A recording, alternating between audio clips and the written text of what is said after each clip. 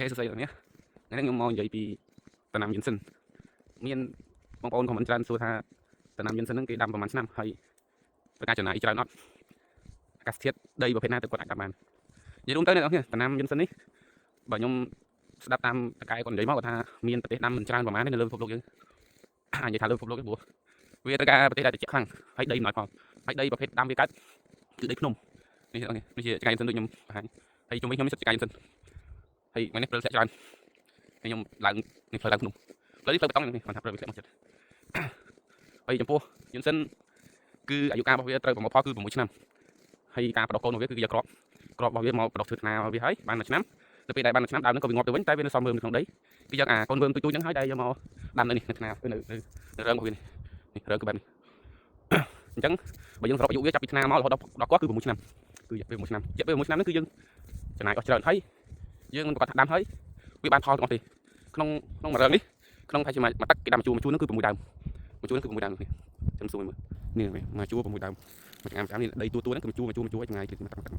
តែនេះថាយើងសិនវាងាប់ហើយខែនេះគឺវាងាប់អញ្ចឹងវាទុកដើមវាទុកមើមវានៅខាងក្រោមវាពុំតែលូតលាស់ដីកកហើយដីដើមពីលើបានតែអត់រត់ទេហើយប៉ុន្តែយើងសិនវាអាចលូតលាស់បាននៅខាងក្នុងហ្នឹងចង់ចាំតែចូលខែ3ខែ4គឺវាចេញស្លឹកចេញដើមមកតែម្ដងហើយចំការ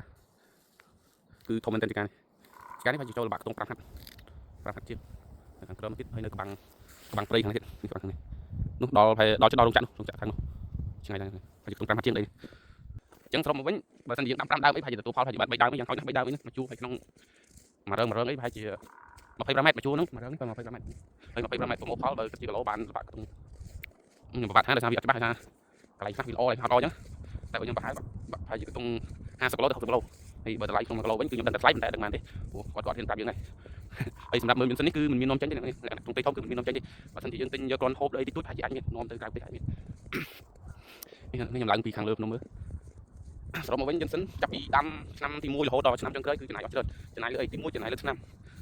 នៅពេលដែលយិនសិនលូតមកចាប់ដើមលូតមកបានផុតពីដីយល់ទៅតន់ផុតពីដីទៅតែបើមកប្រេះដីនេះគឺចាប់ដើមប្រើឆ្នាំហើយប្រើឆ្នាំហ្នឹងគឺ3ថ្ងៃ5ដងគឺគេមានប្រភេទឆ្នាំច្រើនតាំងពីការពីសត្វល្អិតតាំងពីប្រព័ន្ធដើមប្រព័ន្ធឫសប្រព័ន្ធស្លឹកគឺគេបដូររហូតហើយការបាញ់ទីសោះគឺយើងប្រើមនុស្សយើងអត់នឹងប្រើដ្រូនឬក៏គ្រឿងចាក់អីមកបាញ់បានទេយើងប្រើមនុស្សហើយយើងដឹងថាខែហ្នឹងខែត្រជាក់អញ្ចឹងគ្រាប់ធនជាតិស្មៅអីស្លឹកឈើអីគឺអត់មានទេប៉ុន្តែចូលខែ4ខែ2ឬខែ3គឺចាប់ដើមស្មៅតាមរងហ្នឹងគឺដូចស្រុកយើងដោះដូចស្មៅយើងដាំអញ្ចឹងទៅចំណាយមនុស្សក្នុងការដកស្មៅហ្នឹងចំណាយមនុស្សក្នុងការដកស្មៅពូនរងបាញ់ឆ្នាំព្រាជីស្រោចទឹកជួយរងអស់នេះធ្វើពីឈើទេឈើហើយងាយនឹងពុកងាយនឹងបាក់ងាយនឹងដួលហើយរយៈពេល6ឆ្នាំឈើនេះគឺធ្វើមិនឲ្យដល់អាយុ6ឆ្នាំយិនសិនគាត់អញ្ចឹងវាអត់ដល់នេះវាដូចដៃទេ4 5ឆ្នាំគឺវាបាក់ខូចខាតខ្លះហើយអញ្ចឹងយើងចាប់ដើមជួយវាហើយសម្រាប់កន្លែងខ្ញុំនេះគឺកម្មករទាំងអស់សរុប20នាក់ជាងហ្នឹងគឺខ្វះទៀតនៅខ្វះនៅទៀតគាត់ពងរើសនៅទៀតថែមទៀតប្រហែលជាខែ3ហ្នឹងគឺមានបងខ្មែ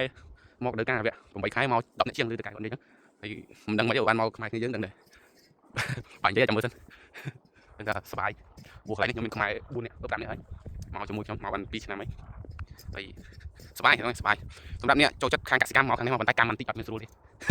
ខាងកសិកម្មលុយអត់ច្រើនហើយវេទនីហើយហត់លំបាកនិយាយទៅបូកសរុបមកគឺគេអត់ចង់ធ្វើតែបើសេរីភាពខ្ញុំគិតថាកន្លែងនេះគឺសេរីភាពខ្លាំងព្រោះយើងមកតាមចការតាមវាចេះស្រួលហើយណាមួយតកែក៏អឺមេរិកក៏គាត់ស្រួលដែរមកប្រាប់តកែយើងឲ្យយើងធ្វើប៉ុន្តែវេទនីបន្តិចវេទនីមកដំបងយើងអត់ចេះខាងយើងអត់ចេះភាសាស្ដាប់គេអត់បានតែហ្នឹងវាជាបញ្ហាទូទៅសម្រាប់អ្នកមកក្រេដំបងនេះនោះផ្ទះខ្ញុំនៅខាងនោះអានេះផ្ទះដោះសន់របស់តកែកន្លែងចាំចការប៉ុន្តែភាសាផាត់គឺខ្ញុំវាកកតខូចចឹងគេជួយចូលសំពេចជួយ3ថ្ងៃគេគាត់ឲ្យមកសម្រាប់នឹងឲ្យចំថ្ងៃសម្រាប់អត់ធ្វើការទៀតឲ្យប្រើផ្ទះទៀតទោះធ្វើប្រើក៏ធ្វើការគាត់កើតក្នុងថ្ងៃនេះប្រើលបយប់មួយទៀតសម្រាប់ដីស្រុកយើងខ្ញុំមិនដឹងថាដីស្រុកយើងវាបែបមែនទេប៉ុន្តែបើតាមខ្ញុំគិតប្រហែលជាអាចដាំកើតខ្លះនៅតំបន់ជាខាងមកជួបភ្នំអូរ៉ាល់អីអាចដាំកើតប៉ុន្តែបើសិនជាដាំកើតបើយើងគ្មានបច្ចេកទេសក្នុងការថែទាំប្រាំឆ្នាំដូចគេគឺអត់រស់ទេយើងសិននេះគឺរស់ដល់30ឆ្នាំបើវាដុតធំជាតិវាគឺក៏វារស់ដែរគាត់ថា10ដើមអាចរស់2ដើមហើយសម្រាប់មើមវាវិញគឺក៏មិនធំដូចគេប្រើតែតំបាញ់ឆ្នាំហ្នឹងអានេះចការនេះទៅដកក្នុងខែ10ខែ11មានតែចការនេះទៅល្អជាងគេព្រោះវាដីថ្មីកែប្រាប់ថាដីថ្មីដីទៅរៀនដាំឆ្នាំហ្នឹងសម្រាប់ដីដាំវាវិញគឺគេចំណាយពី3ឆ្នាំក្នុងការកាយកប់ជីទៅមកដាំស្មៅដាំអីធ្វើជីទៅរកបានដាំហ្នឹងគឺចំណាយពី2ឆ្នាំទៅ3ឆ្នាំទៅយកយិនសិននេះលើករឿងមកដាំមិនមែនដូចស្រុកយើងដីស្រែដល់ខែវិសាភ្ជួរដាំធម្មតាទេអត់ដីគឺពិបាកដាំមែនទេហើយកសិករនៅស្រុកនេះគឺកម្រមានកសិករណាគាត់ដាំដោយសារតែការប្រមូលផលរបស់វារយៈពេលវែងអញ្ចឹងគឺពិបាកទប់ទល់នឹងការចំណាយអញ្ចឹងពីដាំលក្ខណៈក្រុមហ៊ុនសហគមន៍ទើបគេអាចដំណើរការរួចគេមានទុនធំអញ្ចឹងហើយមួយឆ្នាំមានគាស់មាន ឆ្នាំណាមានកោះអានេះឆ្នាំកោះហើយដល់ពេលមានការដាំការកោះការដាំការកោះបន្តគ្នាដាក់ដាក់រហូតព្រោះថាដាំហើយចាំតែកោះការហ្នឹងគឺរយៈពេល6ឆ្នាំហ្នឹងគឺយើងអត់មានលុយក្នុងការផ្គត់ផ្គង់បាញ់ឆ្នាំប្រើទៅហ្នឹងគឺបាទនេះខ្ញុំទៅវិញហើយព្រោះថានៅម្នាក់ឯងស្ងាត់ដែរហើយនេះព្រៃភ្នំសបោសត្វព្រៃហ្នឹងទីអាប់មើលតាមឈើទឹកព្រើនោះអូបងគាត់មកដែរនោះគាត់ឃើញខ្ញុំឡើងមកវិញបងនៅខាងកំពង់ឆ្នាំងឡើងស្លេកមកហើយចឹងនេះតិចគាត់ណាតិចយើងធ្លាប់តិចអត់ស្អីហ្មងនេះមួយទៀតនៅតាមព្រៃចឹងជន់ទៀតដែរគេចុះ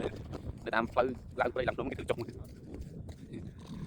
គេចុះអាចកាហ្វេអាចដាក់ជាក់បានហើយនេះស្រះហ្នឹងក្នុងការខែក្តៅទឹកច្រើនគេធ្វើនេះការពីខែក្តៅទុកឲ្យសត្វផឹកតែដល់ពេលខែត្រជាក់មានណាយើងដើរលេងបានកក់រឹងហើយនេះស្នាកក់គឺថ្មហើយអូខេបាយបាយនៅហ្នឹងទេ